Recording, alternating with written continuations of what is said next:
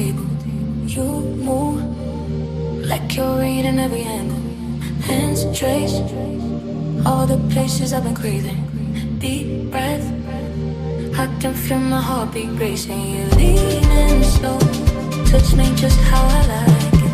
I'm leaving the mood, right between control and wildness.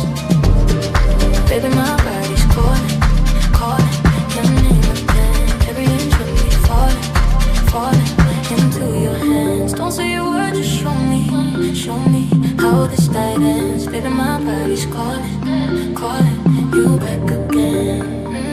My body's calling. My body's calling. My body's calling.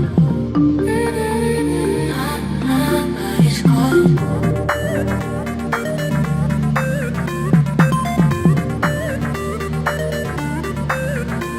My lip cracks, exposing my lips.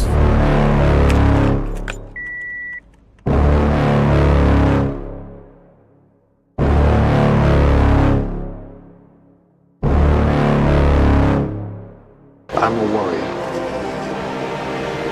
I go to the core. I am Invictus. Nothing crushes me, nothing.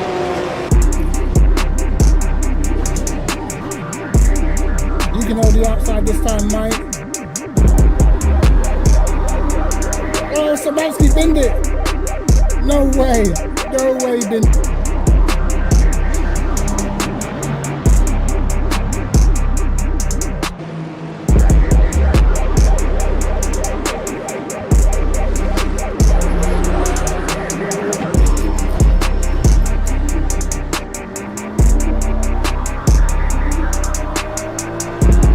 Get on the marbles, mate. Get on the marbles, pal.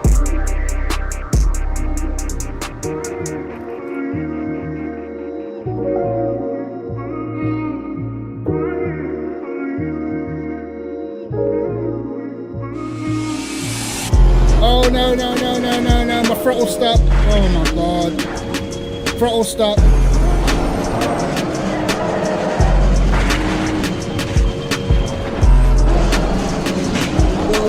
Whoa, no, it's over. Oh my God. Okay. Oh my God, there's no way, bro. Bro, I swear to God, this can't be happening to me, bro. Throw a punch at me, you could do. See if I can dodge it. Just my dodging skills, innit?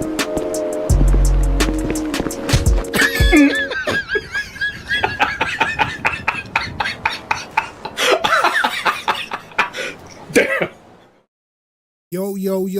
Yo, lads. What is going on? What is going on this Monday morning? On this Monday morning.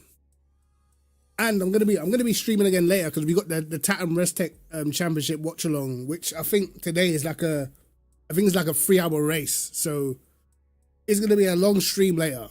I'm streaming from 7 in the evening. That's probably gonna run until maybe something to 11. So it's gonna be a long race. It's like 3 hours of Le Mans. So we're gonna be doubling up the streams today, lads. Yeah, it's live. Poochie, what's going on, bro? What's going on, mate?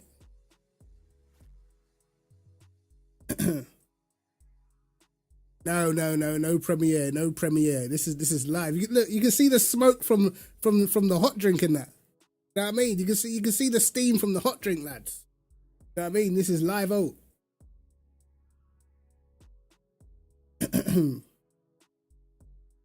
And like GMD, what's going on, brother? What is going on, lads? It is gonna be an interesting day. That race later, the Tatum Restec Championship, that's gonna be mental. 3 hours. Not only is it a 3-hour race, I believe the conditions are pretty extreme.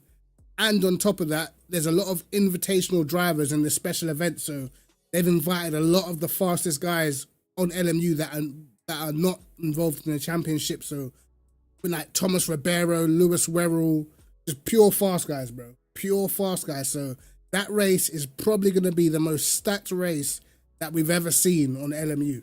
Yeah, that race is going to have everybody in it. So make sure you tune in at 7 p.m.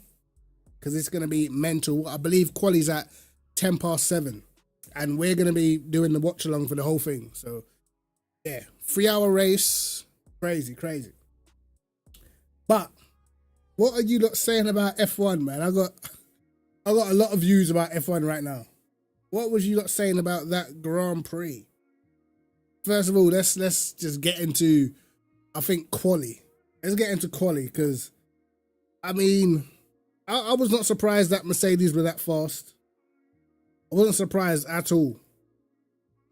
I think whenever F1 goes into sort of the whole engine-based formula, I feel like that is right up Mercedes' street, and it always will be. You know, other teams will always struggle to topple Mercedes when it comes to engine power, because even if you go back to, obviously, 2014 or whatnot, exactly, 2014, 2016 repeat. But even if you go back to 2014, that advantage that Mercedes had from the engine, realistically, it lasted all the way up until 2021, you know?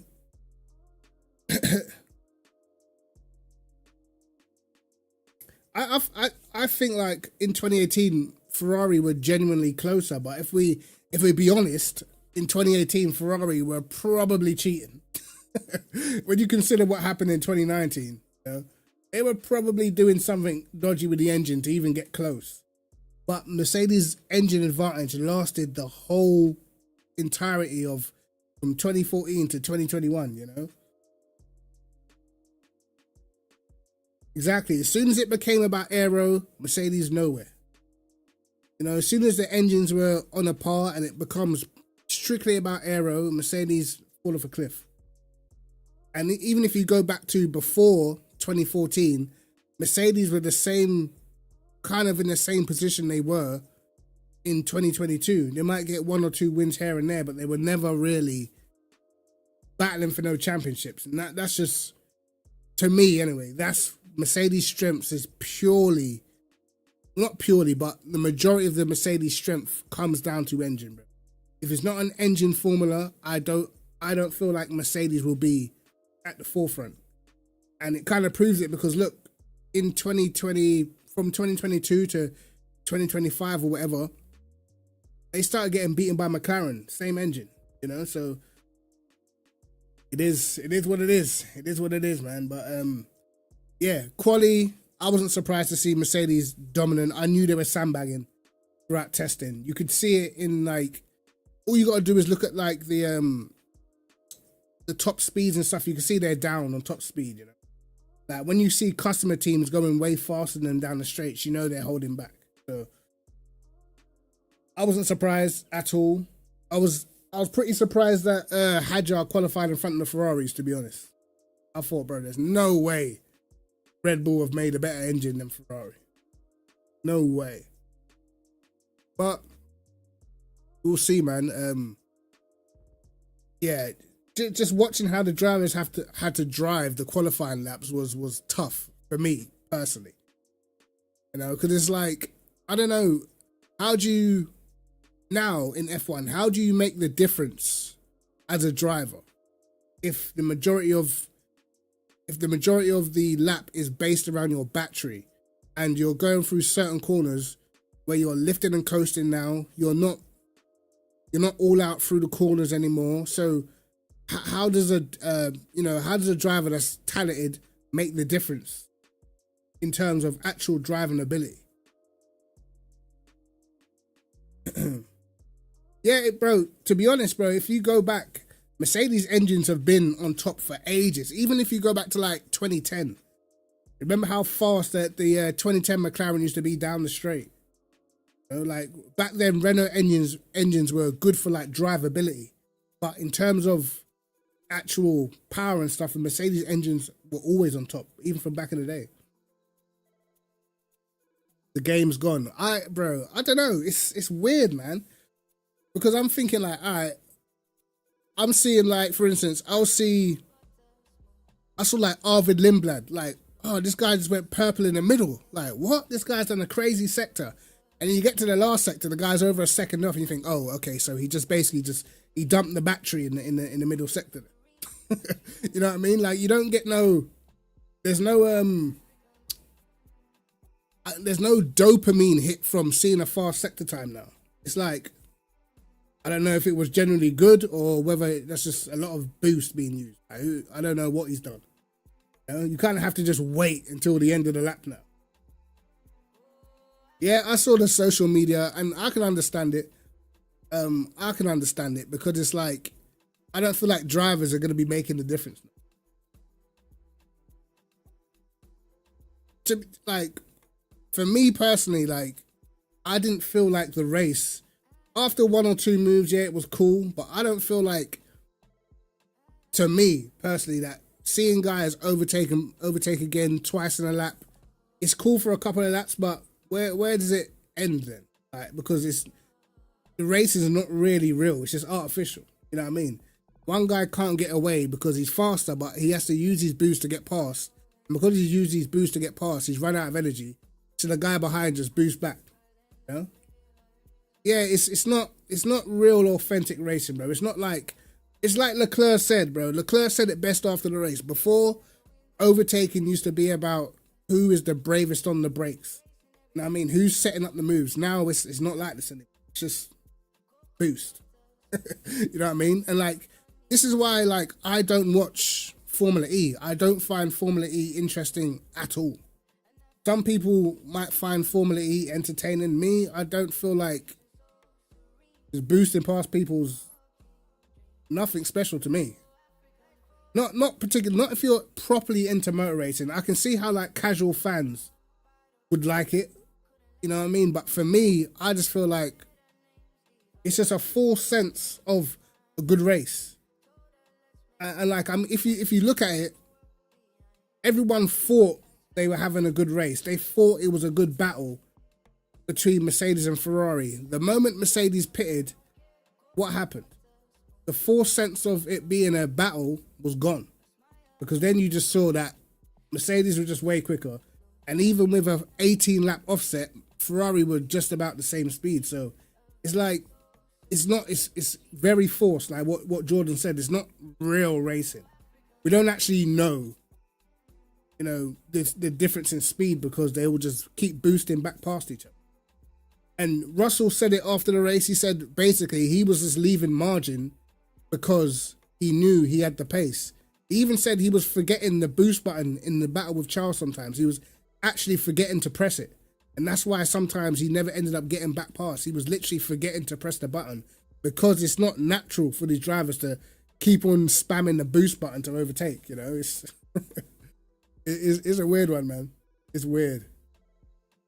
Like, but like racing's racing, but I think for me is when you actually watch the onboards, you're like, yeah, no, this is just poor, bro.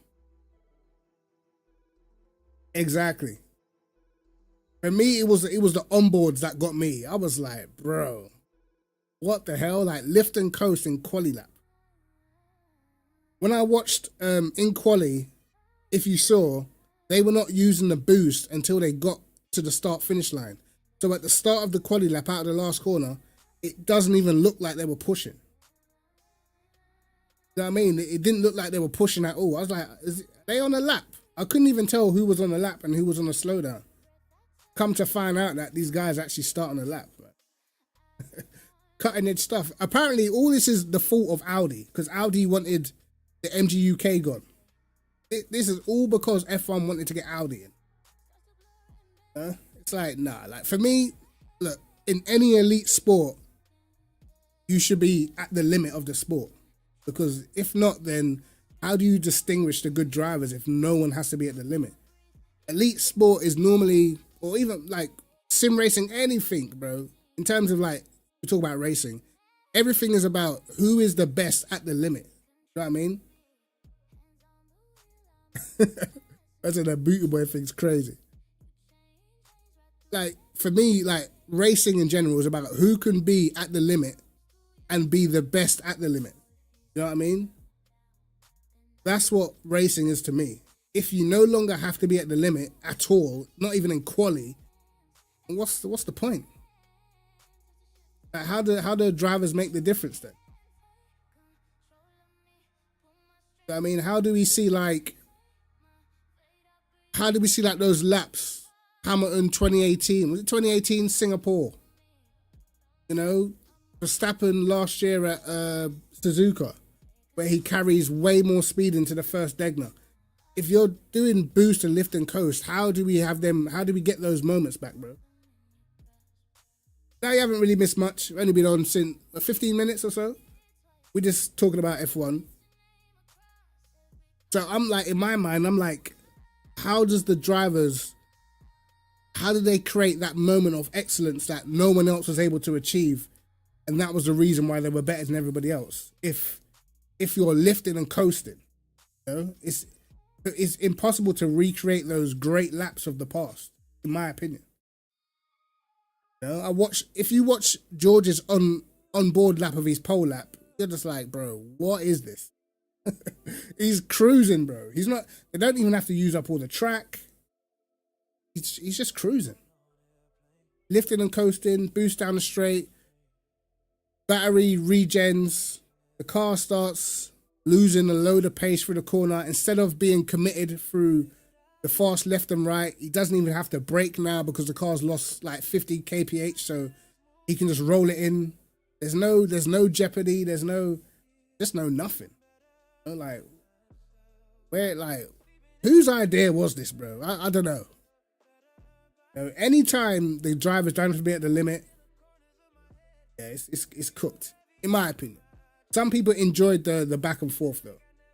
And I can see, as a casual, I can see why people might enjoy seeing the car overtake, overtake. I can see why casuals or people that are new to F1 would think that was good racing and stuff, but not for me. You know, like if you look, I looked at there was a battle between Beerman and Arvid Lindblad. They were battling for a few laps. Same thing, overtake and stuff. And the reality is, Beerman was a lot faster than Lindblad, but he couldn't get free because he kept having to use his boost to get past and then kept getting re-overtook. And then the moment he got free, the moment Lindblad wasn't able to get him back, within 2 seconds, within 2 laps, he was 4 seconds ahead. It was like, hold on a second. So you mean to tell me he's got this much pace advantage, but it's that hard to get rid of the car behind? Like, it's crazy, bro.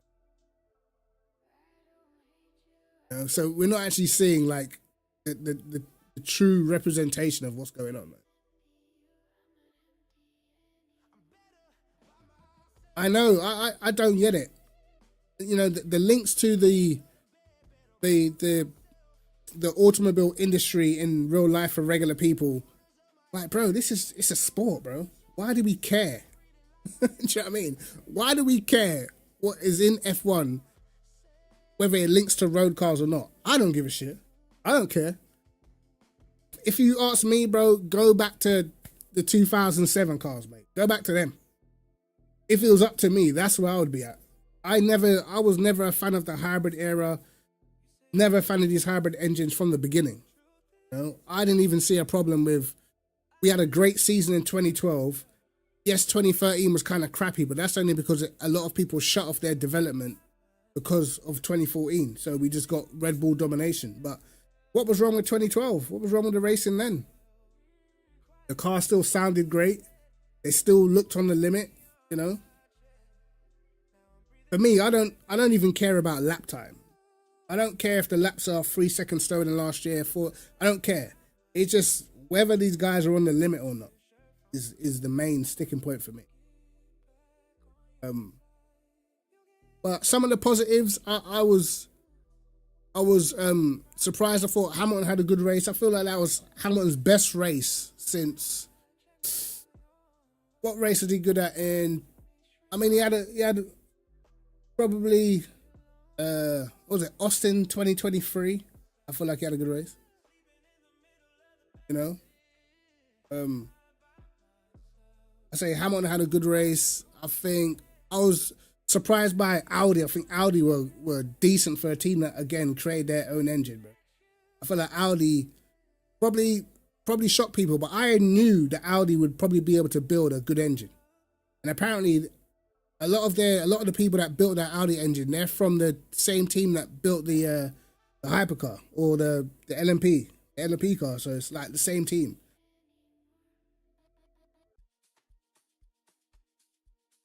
Like, don't get me wrong, I like the way how the cars look. I actually like the cars. I just don't like the way how they have to be driven. But visually, I like the cars. You know? I like a lot of the liveries. I feel like the cars, they look nice, bro. They generally look nice. It's just the way how the cars have to be driven, just, yeah, it's just awful. It's not for me, at least. You know? And like, I saw some fans saying, yeah, but a lot of people said they would like F1 to be like MotoGP. It's more like MotoGP. It's like, bro, in MotoGP to overtake and re-overtake, it takes a lot of skill, and them guys are at the limit. You know, they're right at the limit. It's not the same in F1. Yeah, for sure. The cars look good, man. I love the way how the cars look. They actually, this is the first time I can say, yeah, well, the cars look nice. For me, the whole Grand Theft era, I feel like the cars look terrible.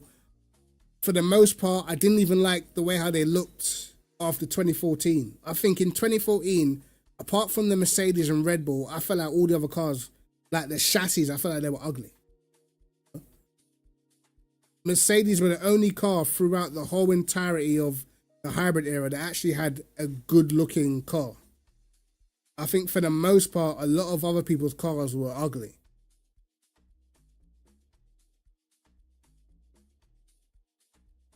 Like weird shaped noses and stuff like that. I was never really into all that. But now they generally do look nice. Some nice liveries and stuff. But yeah, it's going to be interesting. Now you see the differences within the different engine manufacturers, the different turbos. Ferrari with the smaller turbo, able to get insane starts, and that's gonna be a benefit to them because they don't have to get pole position to affect the front of the race, right? So Ferrari are going to be at the forefront regardless because of the starts. So that's something that's in their benefit. I do think though, when we start getting to tracks with long straights, the smaller turbo is going to start biting them back a little bit. The next race is at China. It's actually next weekend, so we're going to see. That's going to be interesting because what are they going to do when they get to that long back straight? What are they going to do down that back straight? Because if you looked at the onboards in Australia, halfway down that back straight, which is nowhere near as long as the China straight, they were running out of energy by the time they got to the end. So how early are they going to run out of boost down the back straight at China? You know? How early are they going to be just down gearing on the straight? It's crazy, man. Yeah, but it only takes 10 seconds or so to recharge. So, and the boost only lasts for like 10 seconds or so. So regardless, even if they dump the whole battery down the back straight, they're going to be downshifting before the end. Do you know what I mean? Depending on where you dump it. So I think it was Russell was talking about, because Australia had like 4 different straights, people were splitting up their battery at different places. So it was a little bit harder to get the deployment over the full lap, right? But he reckons in China it's going to be way more straightforward because most people, of course, are going to be using it down the back straight. So we're going to see what that's like. And I just feel like this is just a baked-in advantage for Mercedes, because when you looked at the data for Mercedes, it wasn't like they were getting more power. It was just like they had their power for longer. So where everyone else has to start recharging, Mercedes don't. So that's going to be a massive advantage, bro. Massive. You're not even going to be able to stop the overtake. It's going to be impossible to stop the overtake.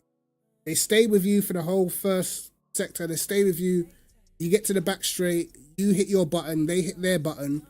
Yours runs out. Theirs doesn't. So they're just it's going to be undefendable. So it's just like, bro, where's the racing going to be at? Because that's literally what the the data was, that's what the data could see. That's why they were so much faster in quali. Because if you looked, they're all hitting like similar speed, but like in the drop off where everyone else's peak would drop off, Mercedes will keep on going, then drop off, and that's where they were getting all the extra time from. So it's just like it's impossible to defend that. You know? So I don't know. Genuinely, what else? McLaren, they're not there. The crash that Oscar Piastri had, sad. It is pretty sad, bro.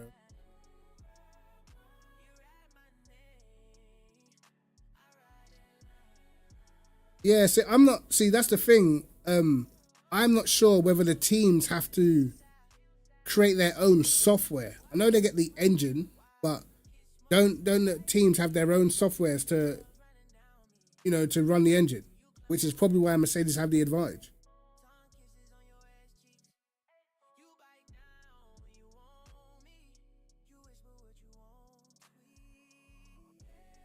Because, like, for instance, like, if it's a programming thing, then that's just, bro, there's a million ways to program something.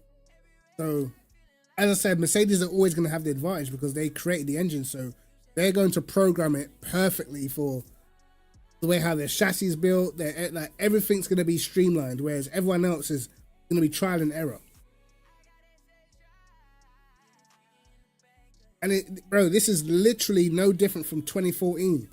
If you look at 2014, yes, the other customer teams had the Mercedes engine, but everything wasn't streamlined. So how are there teams that were still 2 seconds off, but they've got the same engine? It was the same back then. People think it's this compression ratio. I don't feel like it's got anything to do with that. I don't feel like it's compression ratio at all. I don't feel like it's going to make no difference. Mercedes were happy to agree to the June update or whatever of the compression ratio test. They were happy to agree to it. So it's like, yeah, I feel like people have been duped into thinking that this whole ratio thing is going to change. All of a sudden, Mercedes is going to become slow. I don't see it, bro. Because if that was the case, if it was all compression ratio, then you would see the other teams like have mad deployment as well. You don't.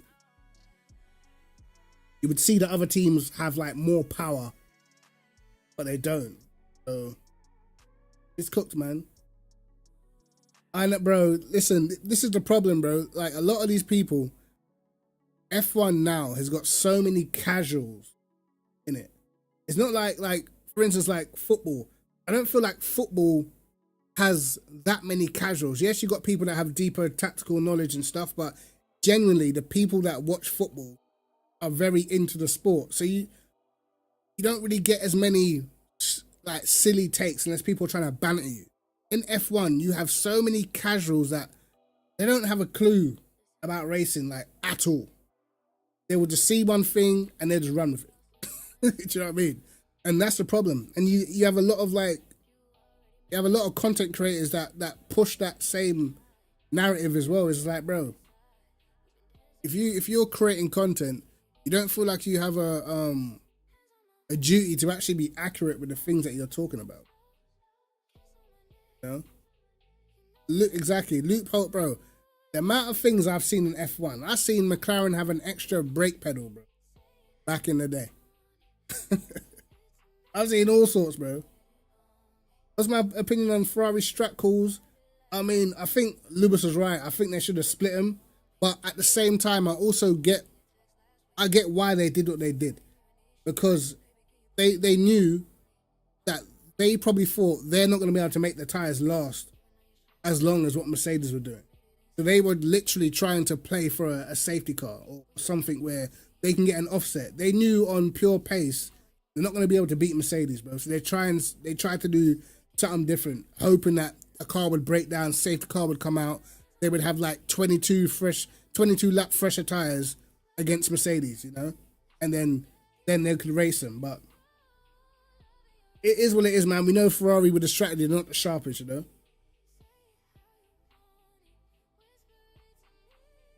Yeah, they could have.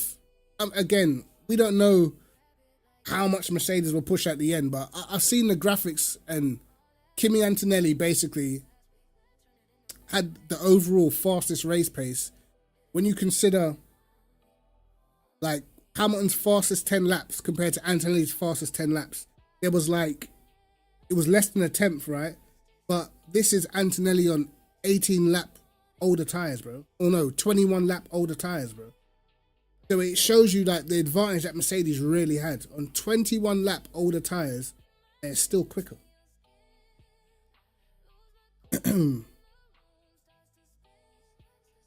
I think Antonelli, like, I just feel like he has to stop making mistakes. I feel like he has to stop making mistakes. You know? And like for me, like, because of the way how the racing was, you know, it's given, like I said, I feel like it gave people the full sense of security, like, yo, this race is really close. Bro, it's not close. You can tell because, like, just look at Russell, I think in the end, ends up extending his gap to Leclerc. Bro, his tires are 18 laps older. When have you ever seen that? We haven't seen that since Mercedes back in the day. You've got an 18 lap offset and you can't close the gap. That's the true reality of the difference, bro. You know, and for me anyway, I already know with Mercedes, bro, I don't trust these guys when they say, oh yeah, they always used to make out like it was such a tough battle and bullshit, bro. It's bull. Yes, daytime business. Again, guys, I'm going to remind you, I'm going to be streaming again at 7. The Tatum ResTech Championship, 3-hour races, 3-hour race at Le Mans. It's an endurance race. It's tonight at 7. It's going to be super stacked because it's a special event and they've invited a lot of the other top drivers from LMU to do the race as well. So this race is going to have every fast guy you can think of is in this race. So we're going to be streaming that from 7. So make sure you are about. Oh yeah, the car's good too. But like for me personally, what I've said about Mercedes in the past, it always sticks. When it comes to whenever F1 turns into an engine formula where the engine is at the forefront, Mercedes will always be at the top, bro. Like it's happened, we've seen it. Do you know what I mean? Like if you go back to when Mercedes came back into the sport, they literally just took over Brawn GP, right? From 2010 to 2013, Mercedes were a team that would win one race now and again, in that whole time, right? And then 2014 came, it was all about the hybrid engine, domination, right? 2022, it becomes about aero. Mercedes go back to pre-2014 where they were just a team that could win here and there. If you look at Mercedes structure, whenever it is purely about aero, they're beatable. They're not even the fastest team with their own engine when it becomes about aero. When it becomes about engine, clear. Do you know what I mean? So yes, like of course they're gonna make decent chassis, bro. They've got the financial capabilities to at least do that. But probably apart from maybe I would say 2015, 2020, I've never felt like Mercedes are the gurus of great aero, bro. Even if you look at 2017 and those years, it was Ferrari that bought a lot of the new, how can I say it? The new sort of aero tweaks that people started copying. It was never really Mercedes. You know? Mercedes has always been built off of how powerful their engines were. And even if you go back before Mercedes even joined the sport, when they were providing McLaren with engines, McLaren had great engines, bro. This has always been Mercedes' strength, always. So whenever we go back to a purely engine formula, you can expect people are going to get cooked.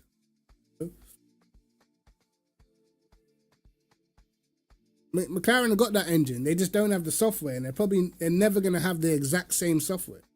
And that's why I'm saying, like, when you create an engine and you streamline the whole engine for your car, like it's impossible to copy it. It's impossible to copy the exact software and have it exactly how Mercedes have it. Because if you look at 2014, all those customer teams had the same engine as Mercedes, none of them were anywhere near because it's not, the correlation is not exactly the same, bro. And that's just how it is. Like, in the period of from 2014 to 2021, what team that had a Mercedes engine was ever able to take it to Mercedes, bro? None. You know what I mean? None of them could ever take it to Mercedes, bro. Ever. They had to wait for Honda to get their act together. But in terms of the actual Mercedes customer teams, they couldn't do nothing. The only time McLaren could take it to Mercedes is when it became about aero. And that's when McLaren were able to take it to Mercedes. Other than that, cooked, bro. It is the same, it's the same spec engine. It wasn't the same spec in Bahrain. It's the same spec now though. It's mainly software that McLaren are struggling with. But if you look, all the other teams are going through the same thing, bro. all the other Mercedes engine customer teams, none of them can produce what Mercedes are producing. That's how the game goes, man. Mercedes know this. You think Mercedes are looking at McLaren like, yo, yeah, when we build this engine, bro, we're gonna configure it like so. You have to have the perfect setup of software to even get the benefits out of this engine. And unless you work for Mercedes and you're doing the software side of things, you're just never going to get it. Like, McLaren are never going to have the exact same configuration that Mercedes do. Because of how technical the sport is right now, yeah, they're cooked.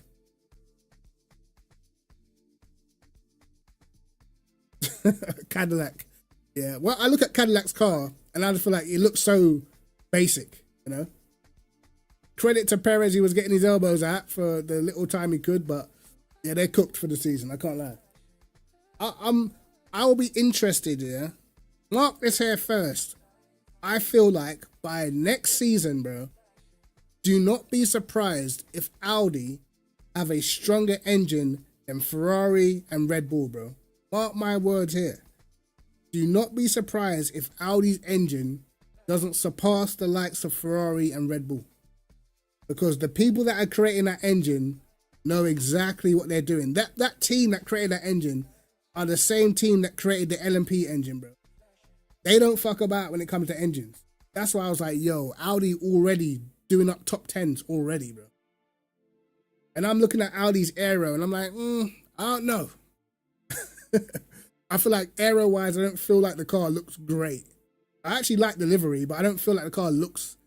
It doesn't look like visually like there's a lot of aero components that other teams will be copying. It looks a little bit chunky, but engine side of things, I can see Audi having a beast of an engine.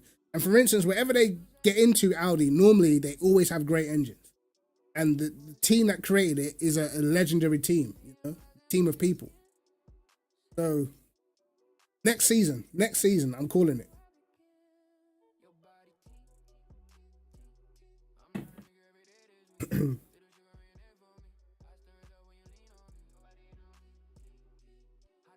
I don't know, man. I think maybe Aston Martin might have to hop onto that because they're cooked. Aston are cooked, bro. For a couple of reasons. Aston Martin, they're finished.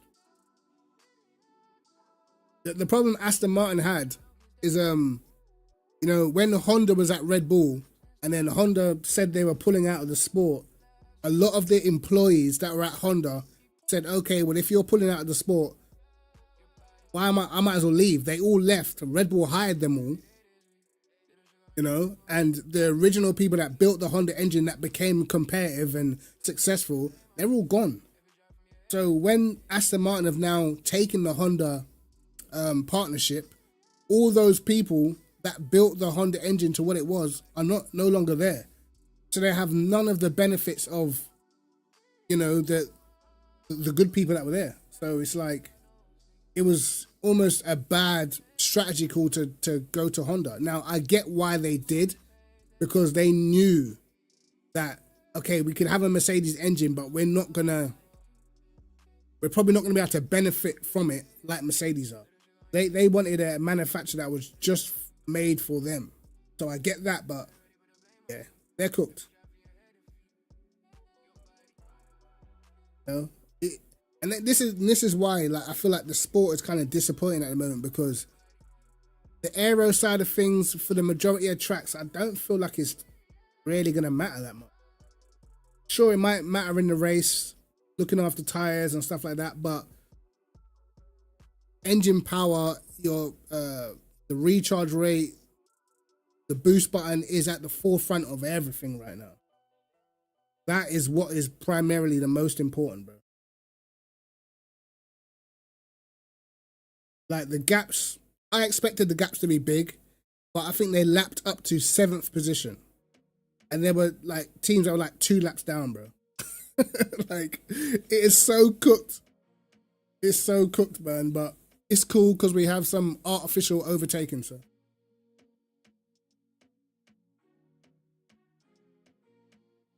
Like when I was seeing down the straight, how people were blowing past people before they've even got to the start-finish line, overtake complete. Like.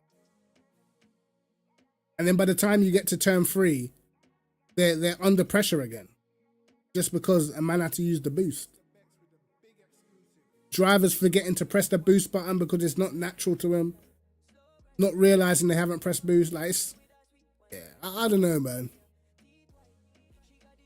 I think like F1 will try and dress it up as if it's amazing racing, but yeah, nah, not for me, bro. This ain't amazing racing, bro. This ain't drivers making a difference.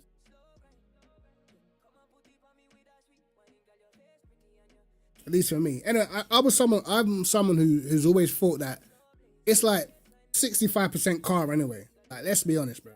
Even if you race yourself, right? Even if you race, you sim race or whatever, and let's say you've got a car that's like OP around a certain track, bro, you know the majority of the reason why you're beating these other guys in different cars, you know a part of that reason is literally down to the car you're using.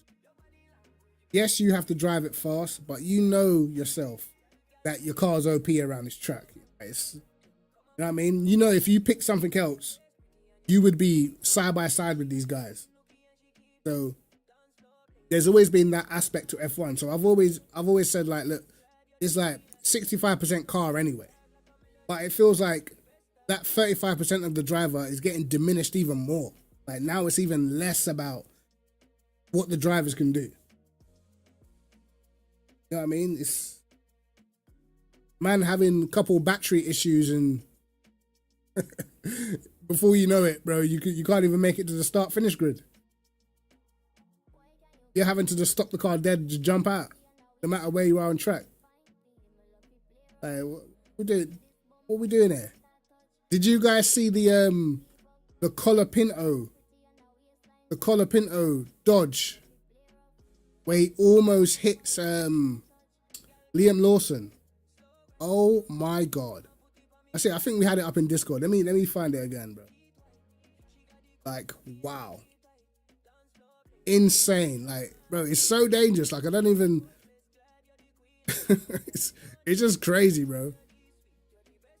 It's actually insane. Let me get it up on my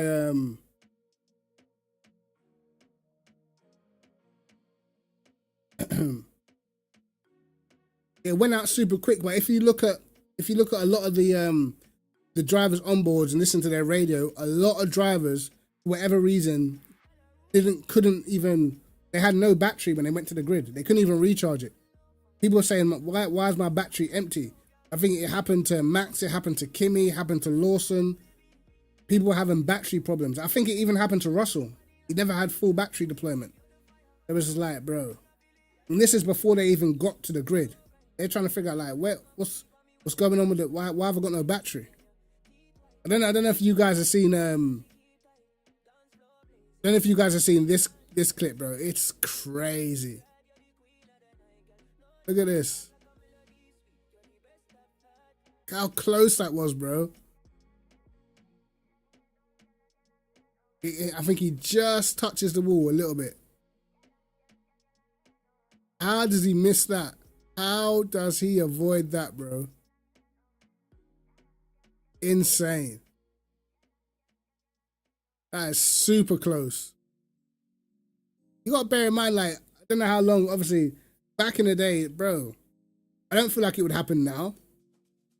But back in the day, people were being killed like this, bro. I remember there was an old school race at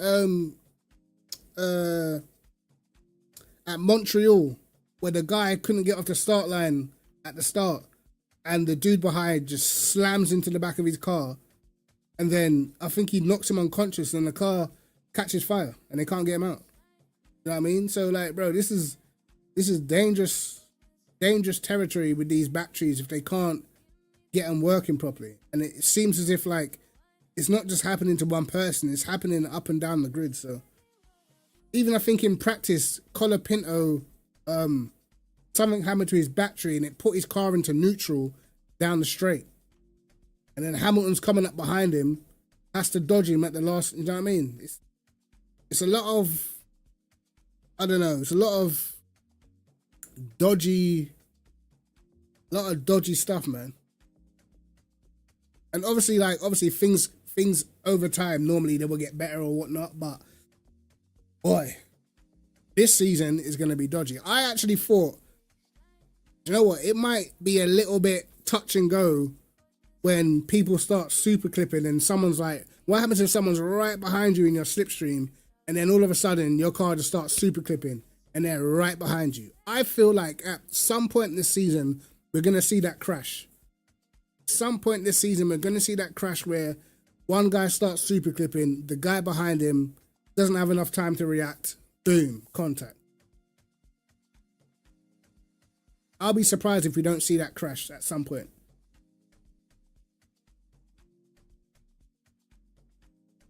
But just how the batteries are, you're getting a lot of like spikes of power. You know, just as the teams try to work stuff out, you're getting a lot of the rear axle locking. You've seen it with Max Verstappen in quali. You know what I mean? Straight backwards into the barrier. And again, that whole aspect of the rear axle, that is something this is what Audi wanted. Audi wanted it to, the harvesting to be on the rear axle only. A lot of the only other teams wanted harvesting on both axles. It was Audi that pushed for the rear axle and they got it.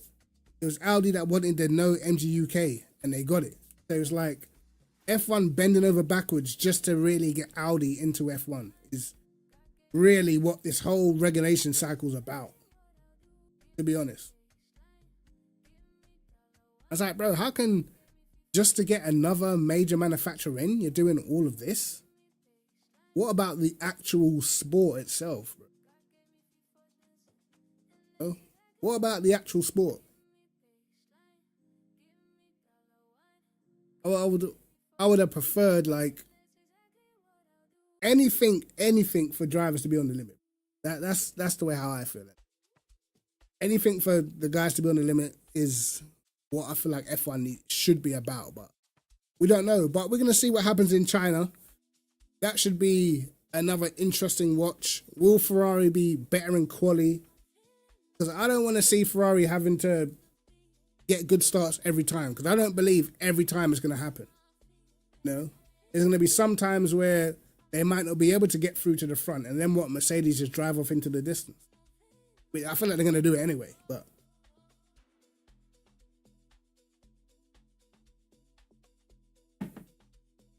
we'll see, man. I think Mercedes, we're not going to see the true extent of how much quicker Mercedes are until Russell and Antonelli are battling each other. That's when I feel like we will see how big the gap really is. Like when they have to really start going for it, that's when I feel like we'll see the true difference in speed. Because if we go back to 2014, we didn't actually see the true difference in how much faster Mercedes were until Rosberg and Hamilton actually had to race it out. I mean, because I remember in 2014, bro, they said the average gap advantage that Mercedes had in 2014 was they said it was like 7 or 8 tenths of a second or something like that. And it's like, bro, that was a lie. That's the average gap they showed us, bro. But the true picture of what advantage Mercedes had, just go and watch the duel in the desert, bro. Remember that race in Bahrain in 2014 when Hamilton and Rosberg were battling? Bro, remember there was a safety car 11 laps from the end. All right, 11 laps from the end. And in that was the first race where they went all out, and because they were fighting, they were pushing, they were attacking each other. In 11 laps, these men had a 22-second gap. This is with everybody on fresh tires because, well, Hamilton didn't even have fresh tires. But this is with the majority of the teams on fresh tires. People pitted under safety car. 11 laps, 22 seconds. That is 2 seconds a lap, bro. That was the real extent of the advantage that they had. That was the real truth. You know? And Mercedes, they sandbagged because they didn't want to get nerfed. I think there's a Paddy Lowe who designed that Mercedes back then. He said it. They purposefully drove slower, just not to get a handbrake put on them by the FIA, because the FIA would have said, we can't have this team lapping 2 seconds that faster. It's making the sport boring. We need to slow them down. So what Mercedes did is that they won the races, but they made it seem like the gap could be bridged if another team could make the difference. But why their advantage lasted for so long? You know? It took for Ferrari. Let's be honest, Ferrari were trying to cheat. 2017, Ferrari had great aero and that, but if you look at the engine power, they were nowhere near. Like they couldn't even overtake Mercedes down the straights half the time. You know? 2018, I personally feel like Ferrari were cheating. I personally feel like they were doing what they were doing in 2019, but in 2019, they just went a step further. You know? That's what I think. Because if you look at the straight line speed of the Ferrari from 2017 to 2018, it greatly improved. Like massively. And then 2019, massively improved again. And then we find out they were doing dodgy dealings. So, yeah, I personally feel like 2018, Ferrari were cheating. 2019, Ferrari were cheating. In my opinion. But, yeah. It's what it is, man. It's what it is. I think the first race where I genuinely feel like Ferrari have got a chance of winning is probably Monaco. Probably Monaco, because the straights and probably really not long enough, and I feel like Ferrari got a good chassis, so I feel like in Monaco, Ferrari could win that. You know? But again, there's not many tracks that, maybe like a Zandvoort or something like that, maybe tracks like that. But when we go to these big power hungry tracks, yeah, no. Yeah, it's going to be a cooking. I'm like, think of what's going to happen at Spa. I'm trying to work out what is going to happen at Spa, bro. Let's say it's like if the drivers don't choose to all use their boost in the same place, it can be catastrophic at some tracks. Because at Spa, you got the first corner, La Source, then you got to run up to El Rouge. Someone could start boosting then, get past a bunch of people, and then they start clipping in the middle of El Rouge. You know what I mean? Like, what happens then? That's a corner where people are used to being flat out pushing, bro. Yeah, I don't think they're going to be racing in April at all. And again, that's to the benefit of Mercedes because it gives teams less track time to figure out what's going on. That all benefits Mercedes, bro. That's less races for people to take points off them. Because like, how do you improve without? They need the track time to improve because they're learning on the job. So like they need to actually be on the track to figure some of these things out. That's the problem. You know, you can, even if you look at Lando Norris in that race, in the last part of the race, that's where he figured out the correct places to use the boost. Like they need the track time, especially when everything's new. You need track time, bro. Cancelling a bunch of races is not good for anyone. Yeah, Jeddah would have been Yeah, Jeddah would have been nuts. Because what, Jeddah's like, what, 2 slow corners? Last corner and the first corner. And that's it. And everywhere is just flat out. And that would have been, that might save F1, bro. Because that would have been a very dangerous track for clipping. Very dangerous. Especially as well, if, like the way how the cars can just conk out. Cars just conk out and just stop dead. And with the walls, blind corners there, that would have been hella dangerous.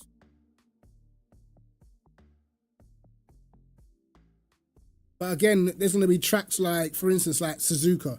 Suzuka again. There's what? Really 2 slow corners, the last corner and the hairpin. What's going to happen? No, what's going to happen, bro?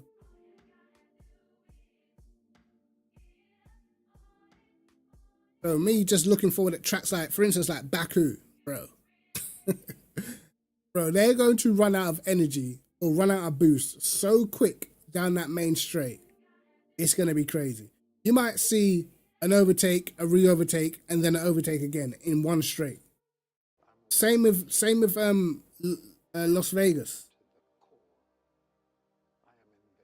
It's just going to be like constant yo-yoing, and then F1 will probably try to dress it up as fantastic racing. You know?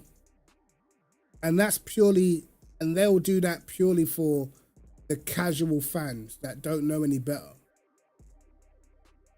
Whereas the drivers, the real fans are looking at this like, okay, so where can the driver have an input? Where can the driver show his ability then? Because I feel like at the moment, how do you, as a driver, how do you actually show ability? I mean, you could say you could be clever. You can be a clever driver. But what happens if you're really clever, but you're not even that fast, bro? Do you actually need to be rapid now? I suppose you probably still got to be consistent, but do you need to be rapid, or is it more beneficial to just be smart? Because if you don't have to be on the limit, then surely now it's more about being clever or strategic. Which it's a different way of racing, but yeah, I don't know. Don't know, man. Yeah, racing IQ matters more for sure. But again, if your car just doesn't have the battery, then we no longer see the performances where you can say, yo, drivers outperforming the car, right? If you just don't have a good battery, you don't have a good battery. We're not going to see the Charles Leclerc 2018 Interlagos qualifying where man's doing bits to get his car through. You know what I mean? Like, we're not going to see the George Russell 2021 Spa qualifying P2 in a Williams. We're not seeing none of that stuff anymore. I hope everyone knows that. That is over. There's no outperforming anything. If you don't have the battery, you're not doing nothing. You know, so that's to me what's really, really disappointing, bro. How does the driver make the difference in terms of driving? How does he make the difference?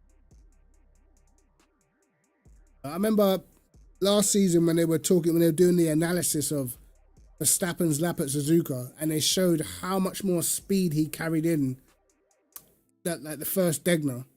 He carried like way more speed than anybody else, and literally that was the difference between pole and not pole. So you can look at that lap and you can attribute he made the difference in this corner. You know, like that was talent. He made the difference in that corner compared to everybody else, right? But we can't. How do we attribute talent now when they're lifting and coasting into corners? So none of them are on the limit. You know? How do you attribute the driver's talent from the battery and the boost button? That's my question anyway. We don't know. But lads, I'm going to be getting off because, again, I'm going to be back later. I'll probably make the thumbnail and stuff from early today. Tatam Restec Championship, I'm going to be streaming from 7 p.m. 3-hour race at Le Mans. It is going to be super, super, super stacked. So 3-hour endurance watch along, lads. Crazy. Not only is it at Le Mans, not only is it with some of the fastest guys in the Tatam Restec Championship, they've also handed out special invitations to other top drivers on LMU. So the likes of like Thomas Ribeiro and Lewis Werrell, these guys who were originally not in the championship, they're going to be doing the race. So it's going to be even crazier. So lads, trust me, 7 p.m, don't be late. It's going to be mad. But appreciate you guys for stopping by. Little F1 review and that. Yeah. Other than that, lads, I will catch you guys later on. Catch you at 7. Take care, man. Peace. Am I driving? Yeah, Prentice driving. It's the same championship he does on the Monday, every 2 weeks. I'm saying like, it's like Prenter, Luke Whitehead, Tommy Lydon, Sam Gaskell, that Everson guy is in there. But then now you've got Lewis Werrell, you've got Thomas Ribeiro, bro. All the fast guys, bro. It's going to be cracked. It's going to be a crazy race, bro. So we'll see. But anyway, as I said, be here at 7. Don't be late. And I'll catch you guys then, man. Take care. Peace.